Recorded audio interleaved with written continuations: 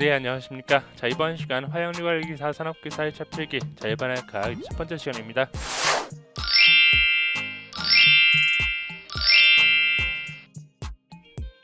자, 이번 시간부터는 이제 일반 화약학에 대해서 이제 배워볼 텐데요.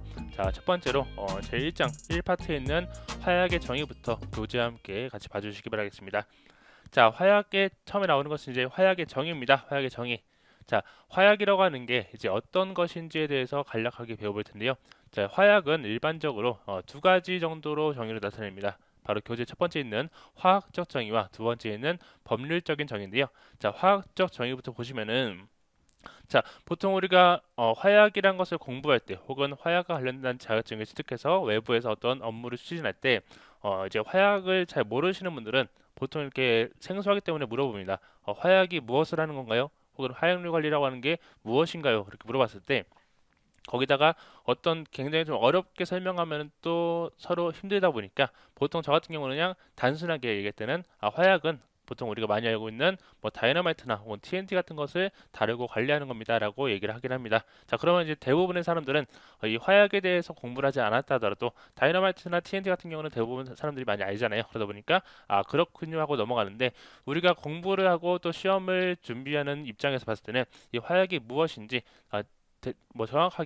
정확하게는 아니더라도 뭐 어느 정도는 우리가 좀 공학적인 지식을 가지고 있는 것이 좋겠다 싶어서 이 화학적 정의를 가져왔고요.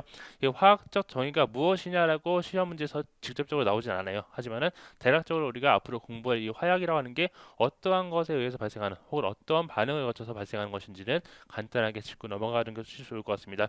그래서 교재를 같이 보시면은 자, 화약이란 폭발물 그 중에서도 화학적 변화를 수반하는 공업적으로 이용이 가능한 것을 말한대요. 즉 우리가 어떤 화학적 반응들 중에는 폭발성을 나타내는 여러 가지 반응들이 있는데 그것들을 모두 다 화약이라고 총칭하지 않아요. 그 중에서도 우리가 공업적으로 혹은 산업적으로 이용이 가능한 것을 보통 우리가 화학이라고 하는데 자, 따라서 화약의 정의란 마찰이나 타격, 열, 불꽃 또는 전기 스파크와 같은 외부의 충격에 의해서 급격한 화학 반응 뭐 폭연 또는 폭행이라고 하는데요. 이런 화학 반응이 일어나면서 고온의 열과 함께 다량의 가스를 발생시키는 폭발물 중에서도 공업적으로 유용 가치가 있는 것으로 한다라고 되어 있죠. 그래서 이렇게 화약의 정의, 기본적으로 화약이 무엇인지 정도는 우리가 알고 가는 것이 좋을 것 같고, 자 여기서 이제 외부의 충격에 의해서 급격한 화학 반응이 일어날 때 그 연소 혹은 반응 속도에 따라서 우리가 폭연과 폭갱으로 이루어진다고 한대요. 폭연과 폭갱. 자, 이 폭염과 폭격이라고 하는 것은 굉장히 좀 중요합니다. 자, 우리가 앞으로 이 화약, 일반 화약학을 배울 때 굉장히 자주 나오고 또 굉장히 어떤 것을 분류할 때, 어떤 것을 종류를 나타낼 때 이 폭염과 폭격이라고 하는 단어가 많이 나오는데 일반적으로 폭염이라고 하는 것은 우리 표에도 있듯이 반응 속도가 좀 낮아요.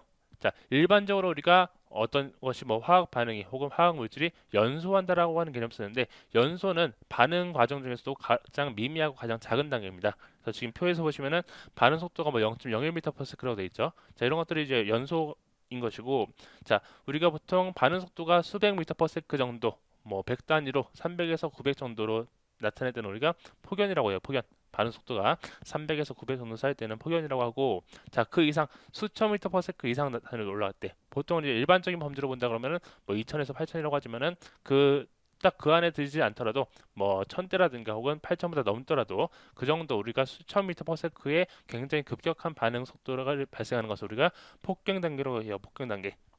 그래서 이렇게 일반적으로 화약이라고 하는 것은 이 폭연과 그리고 폭경 정도에 이르는 것들을 아우른다 정도라고 보시면 되겠고, 자, 두 번째 밑에 보시면 법률적 정의가 있습니다. 자, 우리가 4과목이죠. 네 번째 과목인 법률 과정에서 다시 한번 배워볼 내용이지만은 우리가 법률에서도 화약에 대해서는 이제 뭐 총 세 가지 정도로 나타내고 있는데, 자, 보시면은 우리가 종목 이름에도 화약류라고 있죠. 화약류. 근데 이와 비슷하게 우리가 자주 혼동할 수 있는 게 바로 화약이라고 하는 게 있고 가끔은 폭약이라고도 써요. 폭약. 화약과 폭약. 근데 이 둘은 사실상 별개입니다. 약간 달라요. 뭐냐면은 우리가 이 화약류라고 하는 것은 우리 법적으로 봤을 때 이 화약과 그리고 폭약과 그리고 한 가지 화공품이라고 하는 개념을 모두 총칭하고 있는 혹은 아우르고 있는 것을 개념을 바로 화약류라고 해요. 즉 화약류에는 화약과 폭약 그리고 화공품이 있다. 자, 그래서 화약이라고 하는 것은 뭐냐면은 우리가 앞에서 봤던 그 반응 속도 중에서도 폭연, 즉 반응 속도가 폭연 정도의 힘을 나타내는 것들을 우리가 보통 화약이라고 해요. 그리고 폭약은 폭갱에 이르는 것들, 굉장히 좀 급격한 반응을 나타내는 것들을 보통 우리가 폭격이라고 하고, 화공품은 우리 교재에 있듯이 화약이나 혹은 폭약의 일부분을 가지고 어떤 새롭게 만들어낸 공작물 혹은 공산품들을 보통 우리가 화공품이라고 해요. 그래서 우리가 흔히 알고 있는 뭐 전기내관, 뇌관이라든가 뭐 도화선이나 도복선, 자 이런 것들이 대부분 자 화공품에 속하고, 그래서 이 화약류라고 하는 개념에는 화약과 폭약, 화공품을 모두 아우르고 있다. 자, 그래서 우리가 자격증 이름에 있는 화약류 관리 산업기사나 혹은 화약류 관리 기사라고 하는 것은 단순한 화약이나 폭약뿐만 아니라 이런 화공품들도 같이 관리하고 취급할 수 있는 그런 자격증에 해당한다라고 보시면 되겠어요.